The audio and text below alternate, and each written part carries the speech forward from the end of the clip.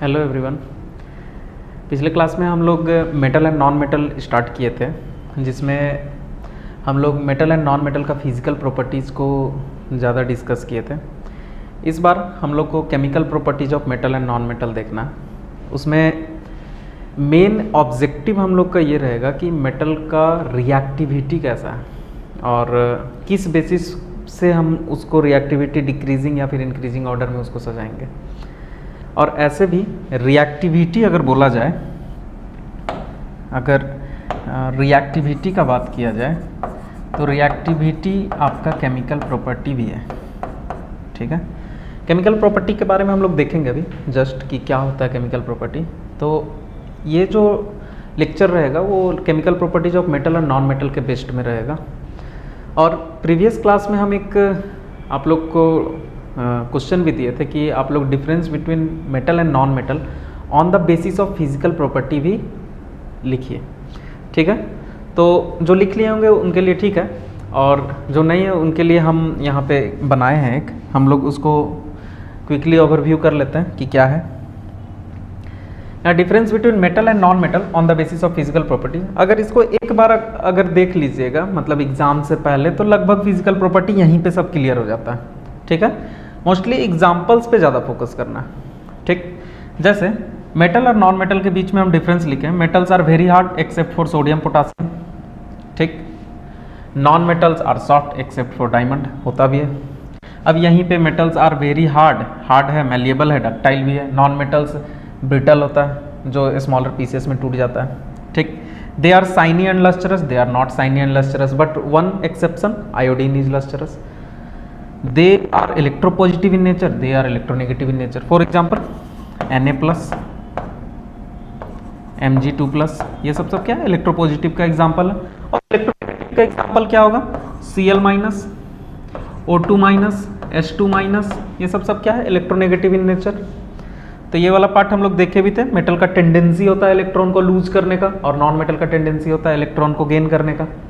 और इस बेसिस पे वो आगे चल के देखेंगे भी कि वो आयोनिक कंपाउंड बनाएगा। Metals are good conductor of heat and electricity, metal के पास फ्री इलेक्ट्रॉन्स होते हैं, इस रीजन से इलेक्ट्रिसिटी है।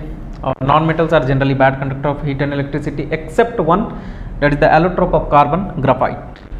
Graphite is a non metal but good conductor of electricity. Reason इसका क्या है, अगर ग्राफाइट का स्ट्रक्चर पे जाओगे तो ये हेक्सागोनल लैटिस बनाता है। उस हेक्सागोनल लैटिस में इसका एक बॉन्ड फ्री हो जाता है। कार्बन नॉर्मली 4 बॉन्ड बनाता है, उसमें से एक बॉन्ड फ्री होता है, उसमें इसका एक इलेक्ट्रॉन फ्री टू मूव हो जाता है। इस रीजन से graphite good conductor of electricity है। तो ये कार्बोनेटेड कंपाउंड में इन डिटेल में इस चीज़ को देखेंगे भी कि कैसे लैटिस फॉर्म करता है और क्या एलोट्रोप का मतलब स्ट्रक्चर होगा। They are used in machinery, example copper, silver, gold. हम लोग मशीनरी में यूज करते हैं कॉपर को, एल्युमिनियम को, ये सारा चीज़ जितने भी मशीन्स है। मशीन्स का मेन एम क्या है, हार्ड होना चाहिए, इलास्टिक होना चाहिए। ठीक, they have medical and chemical uses, example carbon, oxygen, most of the medicines, protein, vitamin, ये सब कार्बन का ही कंपाउंड है। ठीक है, तो मेटल और नॉन मेटल का डिफरेंस अगर एक चार्ट के बेसिस पे बना के देखोगे तो यहाँ से पूरा एक पिक्चर क्लियर हो जाएगा कि क्या है। और कुछ पार्ट को हम लोग को ध्यान में रखना है। ठीक है, जैसे एक पार्ट ये है कि मोस्ट डेंसिएस्ट जो मेटल होगा वो है ओस्मियम। ठीक, कुछ पार्ट जब बार फिजिकल एंड केमिकल प्रॉपर्टीज पढ़ोगे, नॉर्मली तो अभी हम फिजिकल का बात कर रहे हैं, तो फिजिकल प्रॉपर्टीज जितना बार पढ़ोगे मेटल एंड नॉन मेटल को, तुमको बार एक्सेप्शन या फिर कुछ पता चलेगा कि कौन सबसे ज़्यादा हार्डेस्ट है, कौन सबसे ज़्यादा वीकेस्ट है, कौन मेटल है जो good conductor of heat and electricity है, और कुछ मेटल ऐसे भी हैं जो good conductor of heat and electricity नहीं भी है, मेटल है लेकिन फिर भी नहीं है। ठीक, तो ये सारा चीज़ को एक बार गो थ्रू करोगे तो अपने आप समझ में आएगा। और प्रीवियस लेक्चर में हम ये सारे चीज़ के बारे में डिस्कस भी किए हैं। तो हम लोग आज का क्लास केमिकल प्रॉपर्टीज़ पे देंगे और हम लोग देखते हैं केमिकल प्रॉपर्टीज़ पहले होता क्या है। तो chemical properties of metal and non metal. तो फर्स्ट केमिकल प्रॉपर्टीज होता क्या, फिजिकल प्रॉपर्टी तो जनरली मेजरेबल प्रॉपर्टी होता है जिसको हम लोग मेजर कर सकते हैं विदाउट एनी केमिकल कंपोजिशन में चेंज किए, ठीक है। जैसे H2O का बॉइलिंग पॉइंट, H2O का बॉइलिंग पॉइंट 100 डिग्री सेल्सियस होता है वाटर का, तो क्या 100 डिग्री सेल्सियस के बाद वो H3O और H4O नहीं हो जाता है, मतलब उसका केमिकल कंपोजिशन सेम रहता है। लेकिन केमिकल प्रॉपर्टी जब भी मेजर होगा उस टाइम उसका केमिकल कंपोजिशन चेंज होगा। Means a chemical property is a characteristic of a particular substance that can be observed in a chemical reaction. जब तक केमिकल रिएक्शन नहीं होगा केमिकल प्रॉपर्टी ऑब्जर्व हम लोग कर ही नहीं सकते हैं। For example oxidation state, chemical bonding, coordination number, heat of combustion, toxicity, flammability, corrosivity, reactivity. अभी यहाँ पे मोस्टली हम लोग फोकस रहेगा रिएक्टिविटी पे, ठीक है, कि किसका रिएक्टिविटी ज़्यादा है, किसका रिएक्टिविटी कम है, कौन किसके साथ कैसे रिएक्ट करेगा, क्या वो रेट ऑफ रिएक्शन बहुत फास्ट है या फिर रेट ऑफ रिएक्शन स्लो है। ये जब तक हम लोग रिएक्शन नहीं करेंगे तब तक ऐसे नहीं पता चलेगा कि कौन फास्ट होगा कौन स्लो होगा। हीट ऑफ कंबशन, कौन एलिमेंट आपका ऑक्सीजन के प्रेजेंस में बर्न करेगा, कौन एलिमेंट नहीं बर्न करेगा। जब तक कंबशन नहीं करेंगे तब तक ये चीज़ नहीं बता सकते हैं। तो केमिकल रिएक्शन होना मस्ट है इसमें, ठीक है, तब जाके हम लोग केमिकल प्रॉपर्टीज़ के बारे में पता चलेगा। और जितना भी चीज़ है oxidation state, chemical bonding, coordination number, ये हायर क्लासेस में देखोगे कि ये सब क्या होता है। और केमिकल प्रॉपर्टीज जो अभी हम लोग को पढ़ना वो 4 पार्ट में यहाँ पे divide. Reaction of metal with oxygen, metal का रिएक्ट करेंगे ऑक्सीजन के साथ, या फिर मेटल एयर में कैसे रिएक्ट करता है, दोनों एक ही बात हम लोग बोल रहे हैं। Reaction of metal with water, metal water के साथ reaction, reaction of metal with acid, और reaction of metal with other metal salt, ठीक। ये चारों जब तक नहीं पढ़ेंगे तब तक हम एक रिएक्टिविटी सीरीज नहीं बना पाएंगे कि कौन सा मेटल बहुत ज़्यादा रिएक्टिव है और कौन सा कम, क्योंकि मेटल हमारे पास 78% लगभग है जितना भी पीरियोडिक टेबल में एलिमेंट था। तो हम लोग को उसको एक वे में डिज़ाइन करना होगा या फिर एक वे में अरेंज करना होगा कि कौन सबसे ज़्यादा रिएक्टिव है और कौन कम। और ये ज़रूरी इसीलिए है, उससे पता ये चलेगा कि हम लोग को रिएक्शन में अगर कैटलिस्ट का यूज करना पड़ा या फिर कुछ भी प्रोडक्ट का फॉर्मेशन कर रहे हैं तो रिएक्टिविटी के अनुसार से हम लोग ध्यान देंगे कि क्या इसमें कैटलिस्ट का ज़रूरत है या फिर नहीं है। तो ये सारा चीज़ हम लोग को पता चलेगा जब हम लोग केमिकल प्रॉपर्टीज़ को डीप में पढ़ेंगे कुछ और मेटल्स का एग्जाम्पल्स को लेते हुए, ठीक। तो आगे हम लोग देखते हैं, सबसे फर्स्ट से स्टार्ट करते हैं, reaction of metal with oxygen. तो what happens when metal burned in air. तो मेटल बर्न्ड इन एयर या फिर मेटल बर्न्ड इन ऑक्सीजन का ही बात हो रहा है, यहाँ ऑक्सीजन के प्रेजेंस में बर्निंग होगा, बर्निंग मतलब ऑक्सीजन के प्रेजेंस में, ठीक है। तो metal plus oxygen metal oxide क्या बनाता है, metal plus oxygen metal oxide बनाता है। फॉर एग्जाम्पल यहाँ पे जैसे मेटल का एक एग्जाम्पल ले लेते हैं, Cu प्लस O2 CuO, ठीक है। ये क्या बनाया, Cu प्लस O2 CuO। सबसे पहला बात कि यहाँ कॉपर है, ऑक्सीजन के साथ ये रिएक्ट किया और क्या बनाया, कॉपर ऑक्साइड, ठीक है। अब ये हम लिखे कैसे, ये प्रोडक्ट बना कैसे।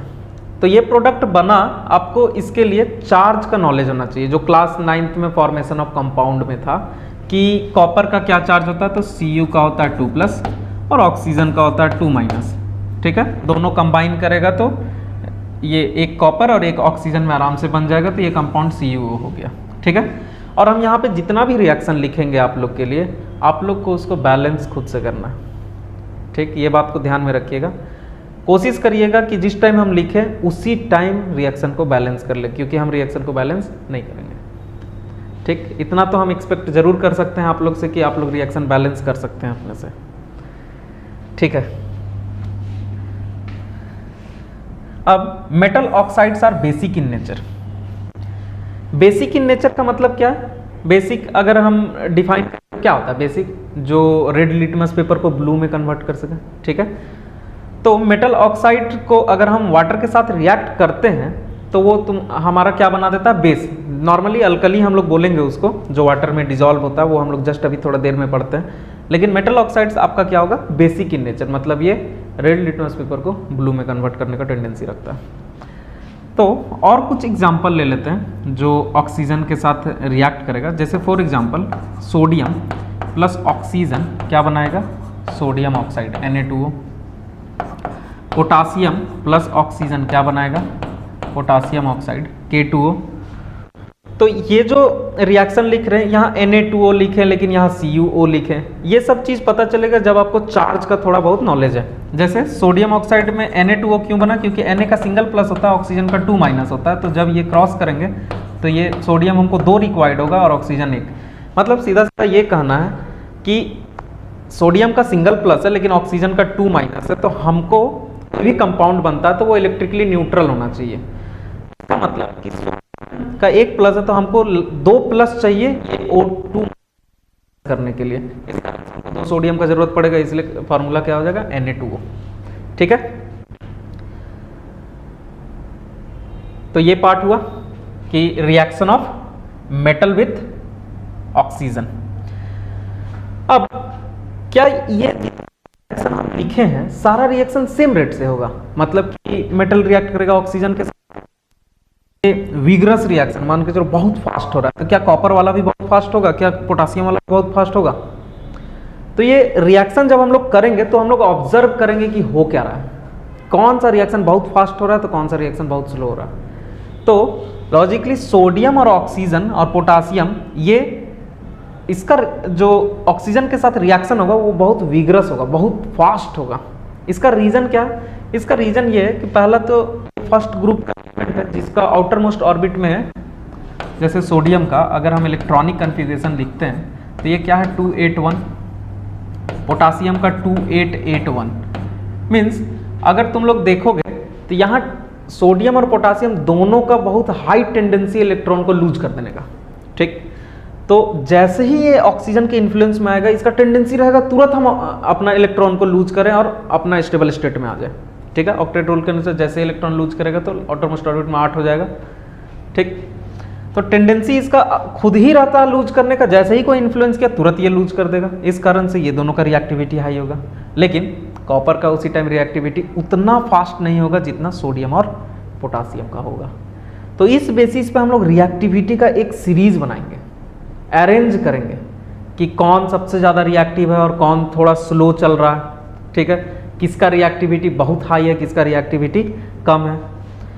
तो हम लोग का एम यही रहेगा कि रिएक्टिविटी एक सीरीज डिज़ाइन करना है। ठीक, मेटल्स का।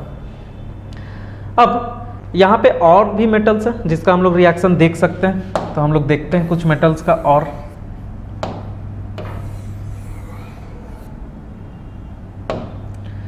जैसे अल्मुनियम,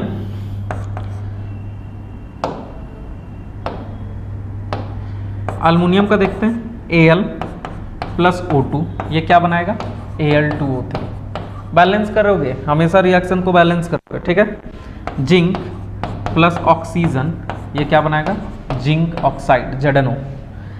अब ये जो अल्मुनियम प्लस ऑक्सीजन है ये क्या बनाया Al2O3। अब Al2O3 क्यों बनाया, हम बार बार थोड़ा सा चार्ज का हिंट जरूर देंगे कि जब तुम लोग कहीं फंस जाओ, प्रोडक्ट नहीं समझ में आ रहा तो अपने से प्रोडक्ट बना सको। तो अल्मुनियम का होता है 3+ और ऑक्सीजन का होता है 2-।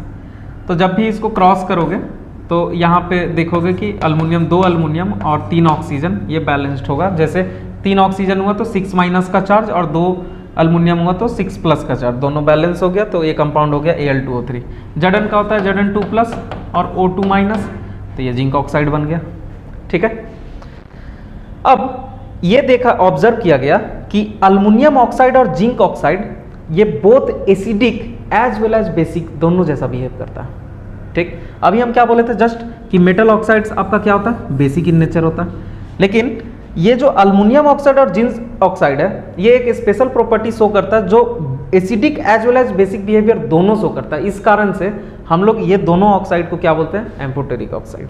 ठीक है, यहाँ लिखे भी aluminium oxide zinc oxide so both acidic as well as basic behaviour. Such metal oxide which react with both acid as well as base to produce salt and water are known as amphoteric oxide. ठीक है, ऐसे भी acid basis and salt में तुम लोग ये चीज जानते होगे कि एसिड प्लस बेस क्या बनाता है? ये न्यूट्रलाइजेशन रिएक्शन है, नॉर्मली सॉल्ट प्लस वाटर। ठीक, यही तरीका से हम लोग देखेंगे कि कैसे Al2O3 और ZnO एसिड के जैसा बिहेव करता है और बेस के जैसा भी। इसको भी रिएक्शन, क्योंकि केमिकल प्रॉपर्टीज ऐसे भी रिएक्शन के थ्रू ही हम लोग इसको देखे होंगे। तो जब रिएक्शन हम लोग कराते हैं, फर्स्ट हम लोग रिएक्शन कराते हैं Al2O3 को HCl के साथ। Al2O3 को किसके साथ रिएक्ट करें? HCl के साथ। तो अभी ये एसिड है, तो ये किसके जैसा बिहेव कर रहा है? बेस के जैसा। तब ये क्या बनाएगा? Salt plus water. देखते हैं सॉल्ट प्लस वाटर बन रहा है कि नहीं बन रहा है। देखते हैं सॉल्ट प्लस वाटर बन रहा है कि नहीं बन रहा है। तो ये क्या बनाया? AlCl3 plus H2O।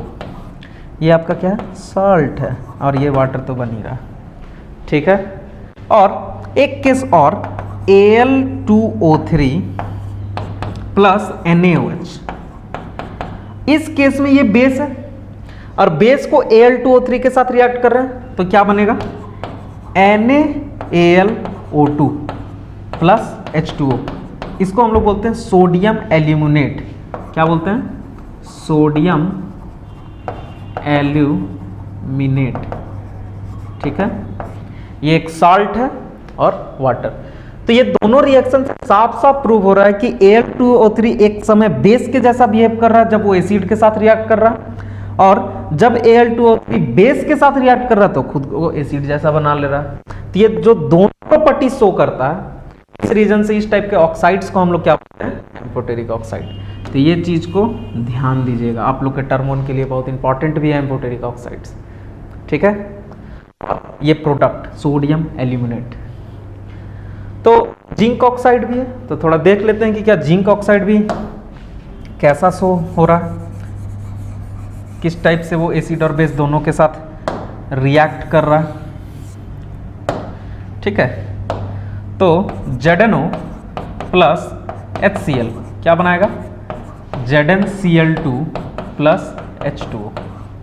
ठीक है, और ZnO प्लस NaOH क्या बनाएगा? Na2 ZnO2 plus H2O। ये जो Na2 ZnO2 है, ये क्या है? ये है आपका सोडियम जिंकेट। जैसे उसमें सोडियम एल्यूमिनेट था, उसी तरह ये सोडियम जिंकेट है। यहाँ Na2 इसलिए लगा क्योंकि ZnO2 2 माइनस होता है, लेकिन वहां पे एल्यूमिनेट में NaAlO2 लगाए थे क्योंकि AlO2 सिंगल माइनस होता है। तो वो चार्ज पे डिपेंड करता है कि यहाँ 2 लगेगा कि एक ही Na होगा। तो यहाँ पे देखो, यहाँ पे ZnO जब HCl मतलब एसिड के साथ रिएक्ट कर रहा है तो ये खुद को बेस बना ले रहा है, और जब ZnO बेस के साथ रिएक्ट कर रहा है तो खुद को एसिड बना ले रहा है।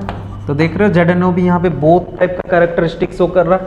इसीलिए Al2O3 और ZnO ये दोनों प्रॉपर्टीज शो करता है। इस रीजन से इसको क्या बोलते हैं? Amphoteric oxides. ठीक है, तो ये बहुत इंपॉर्टेंट पार्ट है ये ऑक्साइड्स में कि अल्मुनियम ऑक्साइड और जिंक ऑक्साइड ये दोनों नेचर शो करते हैं, acidic as well as basic. इस रीजन से इसको हम लोग क्या बोलते हैं? Amphoteric oxides. आगे देखते हैं हम लोग। Most metal oxides are insoluble in water, but some of these dissolve in water to form alkali. अब देखिए अल्कली, पहला बात क्या होता है? अल्कली बेस है जो डिसॉल्व होता है वाटर में। अल्कली एक बेस होगा जो वाटर में डिसॉल्व होगा। ठीक, उसी को हम लोग सिर्फ अल्कली बोलेंगे। अगर वो बेस और वाटर में डिसॉल्व नहीं हो रहा तो वो अल्कली नहीं है। फॉर एग्जांपल जैसे देखो Na2O प्लस H2O ये क्या बनाता है? NaOH। ठीक है, Na2O जब वाटर में डिसॉल्व किया तो क्या बनाया? NaOH। तो ये क्या होगा? अल्कली। मीन्स बेस है जो वाटर में डिसॉल्व करता है और क्या बनाता है? बेसी तो है ही, बेस है जो वाटर में डिसॉल्व करता है। तो ये क्या बनाएगा? अल्कली। इसका नाम क्या होगा? अल्कली। जो वाटर में डिसॉल्व होने जो बेस है जो वाटर में भी डिजॉल्व होता है तो हम लोग उसको क्या बोलेंगे, अल्कली। और एक एग्जांपल K2O प्लस H2O क्या बनाएगा, KOH, ठीक है, KOH। तो ये भी आप देख लीजिए बेस है जो वाटर में डिजॉल्व कर रहा है, ठीक। और एक बात को थोड़ा याद रखिएगा आप लोग, अगर बेस होगा तो उसमें OH माइनस आयन प्रेजेंट होना चाहिए, अगर एसिड होगा तो उसमें H प्लस आयन प्रेजेंट होना चाहिए, ठीक। जैसे NaOH को अगर हम लोग स्प्लिट करते हैं तो ये Na प्लस है और OH माइनस है, तो यहाँ OH माइनस प्रेजेंट है। KOH को अगर हम लोग स्प्लिट करेंगे तो K प्लस और OH माइनस, तो यहाँ भी OH माइनस आयन प्रेजेंट है, ठीक। तो ये बेस है, तो अल्कली को थोड़ा ध्यान में रखिएगा। अब क्वेश्चन तो ये जरूर राइज होगा कि अब कौन ऐसा बेस है जो वाटर में डिजॉल्व नहीं होता, मतलब बेस है बट अल्कली नहीं है, कौन मेटल ऑक्साइड ऐसा है। तो एक एग्जांपल है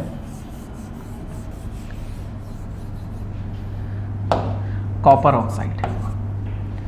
कॉपर ऑक्साइड एक बेस है जो वाटर के साथ डिजॉल्व नहीं होता, और ये चीज हम लोग देखेंगे आगे जब हम लोग रिएक्टिविटी देखेंगे, और वहां से रिएक्टिविटी सीरीज से ये आराम से एक्सप्लेन हो जाएगा कि क्यों कॉपर ऑक्साइड H2O के साथ डिजॉल्व नहीं हो रहा, ठीक है। तो कॉपर ऑक्साइड एक बेस है बट ये डिजॉल्व नहीं होता वाटर में, इस रीजन से ये अल्कली नहीं है, ये अल्कली नहीं है, इस बात को ध्यान दोगे, ये अल्कली नहीं है कॉपर ऑक्साइड, ठीक। तो हम एग्जाम्पल भी दिए जो अल्कली है, जैसे सोडियम ऑक्साइड है, पोटासियम ऑक्साइड है, मैग्नीशियम ऑक्साइड है, कैल्शियम ऑक्साइड है, सबका सब ये सब अल्कली है, लेकिन कॉपर ऑक्साइड आपका अल्कली नहीं है, ठीक। अब सारा जब रिएक्शन को देखोगे मेटल का ऑक्सीजन के साथ, तो एक ही बात सबसे पहला आएगा कि क्या सारा मेटल एक ही रेट से रिएक्ट करता है, नहीं, वो डिपेंड करता है कि मेटल का इलेक्ट्रोपॉजिटिव होने का टेंडेंसी कितना फास्ट है, मतलब कितना तेज वो इलेक्ट्रॉन लूज कर सकता है, या फिर नॉन मेटल का कितना तेज है वो गेन कर सकता है, उस बेसिस में नॉन मेटल का रिएक्टिविटी का बात होगा। उसी तरह मेटल का भी बात कर रहे हैं, तो जो मेटल्स आपका विग्रस रिएक्शन कर रहा है अगर उसमें देखोगे तो वो सोडियम और पोटासियम है।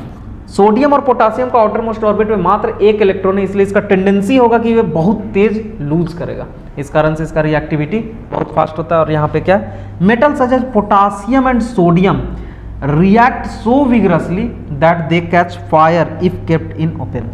सोच लीजिए इतना फास्ट रिएक्शन होता है कि वो फायर कैच कर लेता है, मेटल है और फायर को कैच कर लिया, इतना तेज रिएक्शन है सोडियम और पोटासियम का, ठीक। तो अगर हम लोग एक सीरीज बनाए यहीं पे रिएक्टिविटी सीरीज किसका सबसे हाई है रेट, तो हम लोग बोल सकते हैं सोडियम और पोटासियम का सबसे हाई है, उसके बाद ही कम होगा। At ordinary temperature the surface of metal such as magnesium, aluminium, zinc, lead ETC are covered with thin layer of oxide. आप लोग कोरोजन का नाम तो सुने ही होंगे। कोरोजन में क्या होता है, ऑक्सीजन के साथ रिएक्ट कर जाता है और मेटल का सरफेस में एक ऑक्साइड लेयर बना देता है, ठीक है। अब ये जो ऑक्साइड लेयर है कभी कभी क्या करता है कि वो मेटल के अंदर के सरफेस को ऑक्सीजन से जो कांटेक्ट था वो खत्म कर देता है, मतलब वो अंदर का सरफेस को रिएक्ट होने नहीं दे रहा। तो कुछ दिन तक या फिर कुछ समय तक रिएक्शन होगा उस मेटल का ऑक्सीजन के साथ और एक लेयर बना देगा, जैसे ही लेयर बन गया उसके बाद रिएक्शन क्लोज, क्योंकि ऊपर का लेयर रिएक्ट कर चुका और नीचे के साथ कांटेक्ट ही नहीं हो पा रहा। तो ऐसे में कौन है, मैग्नीशियम, अल्युमिनियम, जिंक, लीड। तो बोल सकते हैं कि ये विग्रस रिएक्शन नहीं है, और बोल सकते हैं कि हाँ MgAl, जिंक, लीड, ये इससे कम होगा रिएक्टिविटी, Pb है, ये क्या है Pb, ठीक है, लीड। एक बात और, यहाँ पे सोडियम और पोटासियम को अभी हम लोग यूज नहीं कर रहे हैं कि इसमें से कौन रिएक्टिव होगा, चाहे MgAl, ZpB, इसमें से सबसे ज्यादा कौन रिएक्टिव होगा, उसके लिए हम लोग को फर्दर और केमिकल प्रॉपर्टीज को देखना पड़ेगा। मतलब कि reaction with water, reaction with acid, ये सारा पार्ट को भी हम लोग देखेंगे, तब जाके ये क्लियर होगा कि कौन ज़्यादा रिएक्टिव है और कौन कम, और तब जाके हम लोग एक डिक्रीजिंग ऑर्डर में मेटल का रिएक्टिविटी को। उसके बाद iron does not burn on heating but iron filings burn vigorously when sprinkled in the flame of burner. इसका मतलब आयरन आपका डायरेक्टली बर्न नहीं करता है। आयरन का जो स्प्रिंकल छोटा छोटा पार्ट होगा, मतलब जब उसको छोटा छोटा पार्ट्स में तोड़ देंगे और उसको जब हम स्प्रिंकल करेंगे तब वो बर्न करेगा। इसका मतलब क्या है कि उसका हम लोग को सरफेस एरिया बढ़ाने का ज़रूरत पड़ रहा। मीन्स जब एक सॉलिड तुम लोगे बॉडी और एक यही सॉलिड को बहुत छोटा छोटा पार्ट में कर दोगे तो इसका सरफेस एरिया कम होगा और वो जो छोटा छोटा पार्ट है उसका सरफेस एरिया बहुत ज़्यादा होगा, और वो जो सरफेस एरिया ज़्यादा होगा तो बहुत सारा ऑक्सीजन के कांटेक्ट में आएगा तो चांस है बर्न होने का। तो ये जो रीज़न ये क्या करता है कि इससे रिएक्टिविटी आयरन का कम करता है। ठीक है, Fe।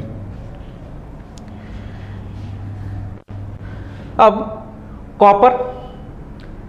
कॉपर भी ऑक्सीजन के साथ रिएक्ट करता है और ब्लैक ऑक्साइड बनाता है, तो कॉपर का भी रिएक्टिविटी इधर ही है कहीं। हम लोग अभी डिस्कस करेंगे कि कहाँ पे है, लेकिन एक सीरीज लगभग कुछ डिजाइन कर रहे हैं कि कैसे मतलब रिएक्टिविटी सीरीज को हम लोग सजा सकते हैं डिक्रीजिंग ऑर्डर ऑफ रिएक्टिविटी में। इतना गारंटी है कि सोडियम पोटासियम का बहुत हाई, क्योंकि विग्रस रिएक्शन कैच कर लेता है, इतना फास्ट है। मैग्नीशियम अल्युमिनियम जिंक लीड ये भी रिएक्ट करता है फास्ट, बट कुछ टाइम के लिए, क्योंकि उसके बाद ये रुक जाएगा क्योंकि थिक ऑक्साइड लेयर बना ले रहा। अंदर का जो मेटल का मेन सरफेस है उससे कांटेक्ट हो ही नहीं पा रहा ऑक्सीजन का। आयरन, कॉपर, आयरन जब तक हम लोग इसको स्प्रिंकल मतलब ये स्मॉल पार्ट्स में नहीं कन्वर्ट करेंगे तब तक फिलिंग्स में, आयरन फिलिंग्स में, तब तक ये रिएक्ट नहीं करेगा। ठीक है, बर्न नहीं करेगा। कॉपर, ठीक है, कॉपर भी ब्लैक ऑक्साइड बनाता है, मतलब ब्लैक लेयर बना लेता है ऑक्साइड का।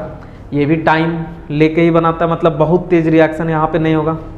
और कुछ मेटल है जैसे सिल्वर गोल्ड ये रिएक्ट ही नहीं करता ऑक्सीजन से, तो बोल सकते हैं कि सिल्वर और गोल्ड जो है वो लिस्ट रिएक्टिव है ऑक्सीजन के साथ। तो एक कुछ हम लोग को रिएक्टिविटी का एक सीरीज मिला, बहुत अच्छा तो नहीं है लेकिन कुछ अंदाजा हो गया कि हाँ सोडियम पोटासियम का हाई है, MgAl ZnPV का मॉडरेट में है, फिर FeCu, फिर उधर से जाएंगे AgAU। अब AgAU हम लोग इसलिए यूज भी करते हैं। AgAU का यूज क्या मोस्टली अगर देखा जाए तो ऑर्नामेंट पर्पस के लिए हम लोग यूज कर रहे हैं, और फिर अदर इसका यूजेज है, लेकिन मेनली अभी अगर देखें कि ऑर्नामेंट पर्पस के लिए या फिर ज्वेलरी पर्पस के लिए हम लोग सिल्वर और गोल्ड को यूज क्यों करते हैं। इसका रीजन ये है कि सिल्वर और गोल्ड ऑक्सीजन के साथ रिएक्ट करके वो खत्म ही नहीं होता है, कोरोजन इसमें ना के बराबर होगा। ठीक, यही रीजन से हम लोग सिल्वर और गोल्ड को ज्वेलरी के पर्पस के लिए यूज करते हैं। दूसरा ये शाइनी भी है, मोस्ट मैलेबल मटेरियल भी, इसका कुछ यूनिक प्रॉपर्टी, यूनिक होने के कारण ज्वेलरी है। ठीक, तो एक ओवरव्यू हम लोग बनाए कि कैसे कैसे मेटल का रिएक्टिविटी होगा, और ये चीज़ साफ साफ क्लियर है कि सारा मेटल का रिएक्टिविटी जो है वो सेम रेट का नहीं होता है। ठीक है, चलिए आगे देखते हैं। अब एक प्रोसेस है एनोडाइजिंग। एनोडाइजिंग क्या होता है कि अल्युमिनियम का जो ऑक्साइड लेयर होता है वो अल्युमिनियम से भी ज़्यादा स्ट्रांग होता है। ठीक, इससे फायदा क्या होता है कि अल्युमिनियम को आज अगर सपोज करिए दो पोल्स के बीच में वायर, पहले नॉर्मली अल्युमिनियम का ही होता है, अभी भी है, तो ये इसका जो क्रॉस सेक्शनल एरिया होगा, वायर का जो क्रॉस सेक्शनल एरिया होगा वो टाइम बीइंग होने के बावजूद भी ये सेम ही रहेगा लगभग। रीजन क्योंकि इसके ऊपर जो ऑक्साइड लेयर बन रहा है वो अल्युमिनियम से भी स्ट्रांग है। अब अल्युमिनियम से स्ट्रांग है तो क्या फायदा इससे? फायदा ये है कि ये अब फर्दर कोरोजन नहीं होगा और ऊपर का लेयर खत्म ही नहीं होगा, तो जो इसका क्रॉस सेक्शन वो बना रहेगा। ठीक, अब एनोडाइजिंग हम लोग इसीलिए करते हैं क्योंकि उसका तो अल्युमिनियम का जो ऑक्साइड है वो ज़्यादा स्ट्रांग होता है, तो थिक ऑक्साइड लेयर बनाते हैं। उस प्रोसेस को हम लोग क्या बोलते हैं? एनोडाइजिंग। और एनोडाइजिंग करने के बाद हम लोग उसको डाई भी बहुत इजीली से कर सकते हैं, मतलब उसको कलर कर सकते हैं। देख सकते हैं यहाँ अल्युमिनियम को डिफरेंट कलर्स में, आजकल तो अल्युमिनियम पैनल्स भी बहुत सारे आ गए। ठीक है, तो अल्युमिनियम को ऑक्साइड के साथ एनोडाइजिंग, मतलब ऑक्सीजन के साथ एनोडाइजिंग किए भी, थिक ऑक्साइड लेयर बना भी दिए। अब थिक ऑक्साइड लेयर में हम लोग के पास डाई करना भी बहुत इजी हो जाएगा, मतलब उसको कलर आराम से किया जा सकता है। तो इससे क्या हो रहा है कि अल्युमिनियम को जितना मतलब उसका अगर हार्डनेस का बात किया जाए या फिर अल्युमिनियम का स्ट्रॉन्ग जितना था उससे और ज़्यादा हो गया। ठीक, तो ये प्रोसेस पॉपुलर भी है बहुत ज़्यादा, एनोडाइजिंग, नॉर्मली एल्युमिनियम को एनोडाइजिंग करते ही हैं।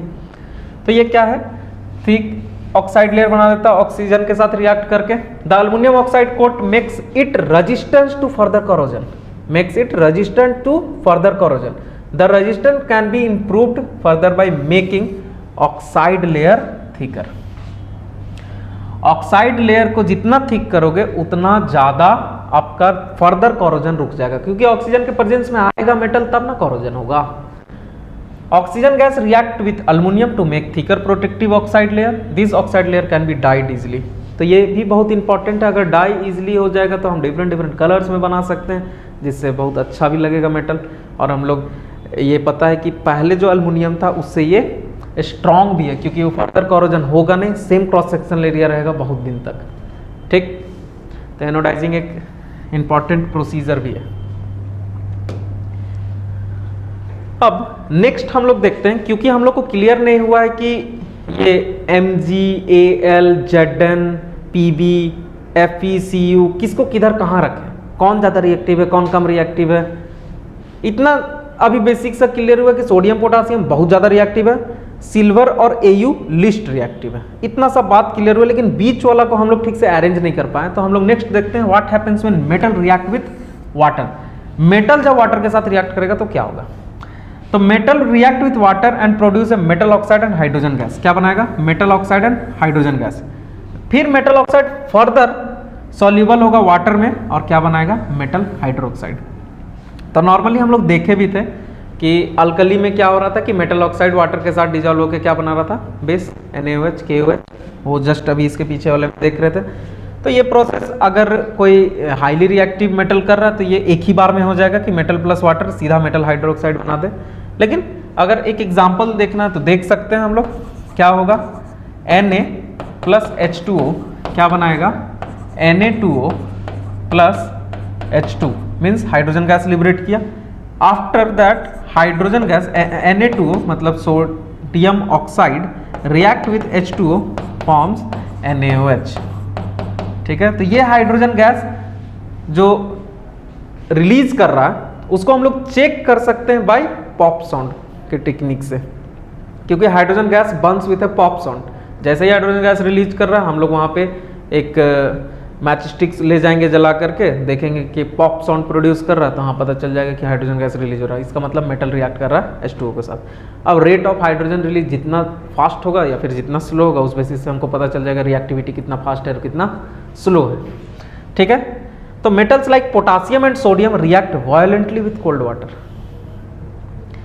तो पोटासियम और सोडियम तो हम लोग पहले भी देख रहे थे कि इसका रिएक्टिविटी बहुत हाई है, तो ये कोल्ड वाटर के साथ भी वायलेंटली रिएक्ट कर रहा है। हॉट होने का जरूरत ही नहीं, हम एक्स्ट्रा हीट इसको दिए ही नहीं है, कोल्ड ही वाटर में ये वायलेंटली रिएक्ट कर रहा है। In case of sodium and potassium the reaction is so violent and exothermic that evolve hydrogen immediately catch fire. अब देखिए सीधा सीधा बात है, जो H2 गैस रिलीज कर रहा है हाइड्रोजन, ये तो फ्यूल होता है। ठीक, अगर हम इसको हीट दे दिए तो ये H2 भी फायर कैच कर लेगा। तो सोचिए कि सोडियम पोटासियम को जब कोल्ड वाटर के साथ रिएक्ट करते हैं तो हाइड्रोजन गैस रिलीज किया, ये हाइड्रोजन गैस क्योंकि ये रिएक्शन इतना फास्ट होता है इस कारण से ये रिएक्शन एक्सोथर्मिक है। एक्सोथर्मिक मतलब रिएक्शन से एनर्जी रिलीज कर रहा है, ना कि हम लोग एनर्जी दे रहे हैं। एनर्जी देते तो एंडोथर्मिक होता है, यहाँ तो एनर्जी रिलीज होगा, वो भी हाई अमाउंट में एक्सोथर्मिक है। तो वो एक्सोथर्मिक एनर्जी यूज कर रहा है हाइड्रोजन बर्निंग के लिए, मतलब वो बर्न हो जा रहा है, फ्यूल के जैसा बिहेव करने लगा H2। ठीक, यहाँ पे अगर आप देखोगे तो देख सकते हैं, ठीक, वाटर में पोटासियम डाला हुआ है तो ये कैच कर लिया फायर को। ठीक है, तो इससे क्या पता चल रहा है, सोडियम और पोटासियम हाईली रिएक्टिव है। यहां से भी इस चीज को हम लोग क्लियर कर लिए पिछले बार वाला। अब the reaction of calcium with water is less violent with cold water. Calcium भी रिएक्ट करता है H2O के साथ, लेकिन ये जो रिएक्शन होगा ये लेस वायलेंट होगा। क्या होगा, लेस वायलेंट। कैल्शियम हाइड्रोक्साइड या फिर सिलेक्ट लाइम, ऐसे ये एक स्टेप क्या होगा, पहले calcium oxide then calcium oxide react with H2O then it forms slaked lime और CaOH होल 2। तो ये वाला प्रोसेस एक स्टेप में ऐसे भी लिखा जा सकता है Ca प्लस H2O क्या बनाएगा, CaO plus H2, then CaO react with H2O, it forms CaOH whole 2। Reaction आप लोग बैलेंस करिएगा, ठीक है। तो कैल्शियम रिएक्ट कर रहा है वाटर के साथ, वो लेस वायलेंट होगा सोडियम और पोटासियम, मतलब ये कैच H2 जो है वो फायर कैच नहीं करता, उससे ही पता चल जा रहा है कि ये लेस एक्सोथर्मिक, मतलब ये रिएक्शन उतना वायलेंट नहीं है जितना सोडियम और पोटासियम था, ठीक। Magnesium does not react with cold water. अब देखो रिएक्टिविटी अपने आप क्लियर हो रहा है जब हम लोग टेस्टिंग करना शुरू किए। सोडियम एंड पोटासियम जो है वो रिएक्ट कर गया, किसके साथ रिएक्ट कर गया, कोल्ड वाटर के साथ, और विगरसली भी, क्योंकि हाइड्रोजन जो है वो फायर भी कैच कर लिया। लेकिन अगर यहां पे देखोगे कैल्शियम ये वाटर के साथ रिएक्ट कर रहा है, कोल्ड वाटर के साथ रिएक्ट कर रहा है, बट क्या फायर को कैच नहीं कर रहा। इसका मतलब ये लेस एक्सोथर्मिक था, उतना वायलेंट नहीं है जितना सोडियम और पोटासियम था। देखिए रिएक्टिविटी सीरीज लिख रहे हैं खुद ब खुद। उसके बाद magnesium does not react with cold water, magnesium does not react with cold water, इसका मीनिंग क्या है, मतलब ये कोल्ड वाटर के साथ जब रिएक्ट ही नहीं कर सकता है तो ये सबसे रिएक्टिविटी तो मैग्नीशियम का ऑटोमेटिकली कम हो गया। इसको हम लोग को हॉट वाटर देना पड़ेगा या फिर टेम्परेचर देना पड़ेगा, तब जाके ये रिएक्शन करेगा। तो Mg का रिएक्टिविटी इधर means Mg plus H2O, MgOH whole 2 plus H2, ये भी एक ही स्टेप में लिख दिए, MgO बनाने के बाद फिर से वो बनेगा। तो ये जो पार्ट है MgOH होल 2 प्लस H2, ये तब बना जब H2O को हम लोग हॉट कंडीशन में लिए, ठीक है।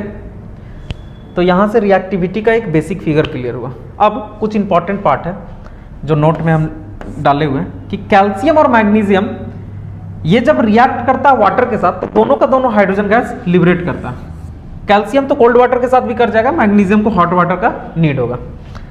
और यहाँ पे होता क्या है कि जैसे ही सपोज करो एक बीकर है, उसमें हम क्या किए, वाटर को लिए हुए हैं, यहाँ पे कैल्शियम को डाल देते हैं, ठीक है, कैल्शियम डाल दिए। ये कैल्शियम रिएक्ट किया वाटर के साथ और हाइड्रोजन गैस लिबरेट करने लगा। तो हाइड्रोजन गैस जैसे ही लिबरेट किया तो नॉर्मली जितने मेटल्स को रिएक्ट करोगे उसमें हाइड्रोजन गैस सीधा ऊपर चल जाएगा, फिर वो एयर में चल जाएगा। लेकिन ये क्या करता है, कैल्शियम के साथ, यहाँ पे कैल्शियम के साथ हाइड्रोजन गैस का बबल्स स्टिक कर जाता है, ठीक है। और ये स्टिक करने के कारण कैल्शियम फ्लोट करने लगता है, ऊपर उठने लगता है। सेम एज इट इज होता है मैग्नीशियम में भी, ठीक है। तो कैल्शियम और मैग्नीशियम फ्लोट करता है क्योंकि हाइड्रोजन का जो बबल्स है उसमें स्टिक कर जाता है। तो ये बात को आप लोग ध्यान में रखिएगा, ये केमिकल प्रॉपर्टी नहीं है, ये ऑब्जर्व किया गया कि calcium and magnesium start floating due to bubbles of hydrogen gas stick to its surface, ठीक है। तो अगर आप क्वेश्चन देखिएगा जो हम टर्म 1 का मेटल एंड नॉन मेटल को डिस्कस किए हैं, उसमें एक क्वेश्चन है जिसमें सिंपली पूछ रहा है कि कौन सा बीकर मैग्नीशियम का वाटर के साथ रिएक्शन को दिखा रहा है। तो उसमें एक बीकर में ऐसा था कि मैग्नीशियम फ्लोट कर रहा था, ठीक है। और मैग्नीशियम फ्लोट कर रहा मतलब वही हो सकता है क्योंकि मैग्नीशियम जब वाटर के साथ रिएक्ट करता है तो वो बबल्स स्टिक कर जाता है, ठीक। आगे देखते हैं। Metals like aluminium, iron, zinc do not react either with cold water और हॉट वाटर। अगर मेटल अल्युमिनियम, आयरन, जिंक अगर कोल्ड वाटर और हॉट वाटर दोनों के साथ रिएक्ट नहीं कर रहा, मतलब ये किसके साथ रिएक्ट कर रहा है, स्टीम वेपर, वाटर का वेपर फेज में, ठीक है। और ये रिएक्ट कर रहा है स्टीम के साथ और क्या बना रहा है, metal oxide and hydrogen gas. ये मेटल हाइड्रोक्साइड भी नहीं बना रहा, ये मेटल ऑक्साइड ही बना रहा है और हाइड्रोजन गैस लिबरेट कर रहा है। For example aluminium plus H2O, ये गैसियस फॉर्म में, मतलब स्टीम को हम शो करना चाह रहे हैं, तो ये क्या है Al2O3 प्लस H2। उसी तरह जिंक प्लस H2O, ये क्या बनाएगा, ZnO प्लस H2, ठीक। तो ये अल्युमिनियम, आयरन, जिंक ये कोल्ड और हॉट वाटर दोनों के साथ रिएक्ट नहीं किया, मतलब इसको हमको स्टीम, मतलब हाई टेम्परेचर में पहले ही वाटर को हमको लाना पड़ेगा, तब जाके वो स्टीम में कन्वर्ट होगा, तब वो स्टीम रिएक्ट करेगा मेटल के साथ और क्या बनाएगा, ऑक्साइड और हाइड्रोजन गैस लिबरेट करेगा। तो फिर से यहाँ पे एक बात क्लियर हो रहा है अगर देखोगे तो क्या क्लियर हुआ कि सोडियम और पोटासियम जो है उसका रिएक्टिविटी बहुत हाई है, ठीक, क्योंकि विगरस रिएक्शन था। कैल्शियम कोल्ड वाटर के साथ रिएक्ट कर पा रहा है, इस कारण से इससे कम होगा। मैग्नीशियम हॉट वाटर के साथ रिएक्ट कर रहा है, इस कारण से कैल्शियम से इसका रिएक्टिविटी कम है वाटर के साथ। उसके बाद अल्मुनियम, आयरन और जिंक ये स्टीम के साथ रिएक्ट कर रहा है, इस कारण से इसका रिएक्टिविटी इधर में से सबसे कम है, ठीक। और सिल्वर, गोल्ड, प्लैटिनम ये सब तो वाटर के साथ कोई भी टेम्परेचर कैसा भी वाटर दे दो वो रिएक्ट ही नहीं करेगा। साथ साथ कॉपर भी H2O के साथ रिएक्ट नहीं करेगा, तो वो सब इसके नीचे ही आएगा। तो यहाँ पे फिर से एक रिएक्टिविटी सीरीज बनाए हम लोग डिक्रीजिंग ऑर्डर में, ठीक है। अब इसके आगे देखते हैं what happens when metal react with acid. तो मेटल जब डाइल्यूट एसिड के साथ रिएक्ट करता है तो क्या बनाता है? सॉल्ट प्लस हाइड्रोजन गैस, ठीक है, salt plus hydrogen gas. For example Na plus HCl क्या बनाएगा? NaCl salt plus hydrogen gas, ठीक है। K प्लस HCl क्या बनाएगा? KCl plus H2 hydrogen gas, ठीक है। ये आपका मेटल जब डाइल्यूटेड एसिड के साथ रिएक्ट करेगा तो सॉल्ट प्लस बनाएगा। तो मोस्ट ऑफ द मेटल आपका रिएक्ट करेगा, जो एसिड के साथ रिएक्ट करेगा आपका क्या बनाएगा? सॉल्ट और हाइड्रोजन गैस, जिसमें हम एग्जांपल भी लिखे सोडियम और पोटासियम का। तो सोडियम और पोटासियम डाइल्यूट एसिड के साथ इजीली रिएक्ट कर जाएगा। उसके बाद जितना भी इसके नीचे का मेटल्स होगा, calcium, magnesium, aluminium, iron, zinc, सारा का सारा हाइड्रोजन गैस लिबरेट करेगा, बट उसका जो रेट होगा वो इससे कम होगा, ठीक है। और ये हाइड्रोजन गैस कितना तेजी से लिबरेट कर रहा है उस बेसिस से हम लोग को पता चलेगा, ठीक है। एक बात और, hydrogen gas is not evolved when a metal react with nitric acid. ये बहुत इंपॉर्टेंट पार्ट है। नाइट्रिक एसिड भी स्ट्रॉन्ग एसिड है, but nitric acid strong oxidising agent भी है। ऑक्सीडाइजिंग एजेंट क्या होता है? जो नेक्स्ट जो उसके सामने जो कंपाउंड होगा उसको ऑक्सीडाइज होने के लिए इन्फ्लुएंस करेगा। अगर ऑक्सीडाइज होने के लिए इन्फ्लुएंस करेगा तो सपोज यहां पे क्या सिचुएशन हो जाएगा, जैसे अगर हम बोल दें कि K प्लस HNO3, ठीक है, तो ये क्या बनाएगा?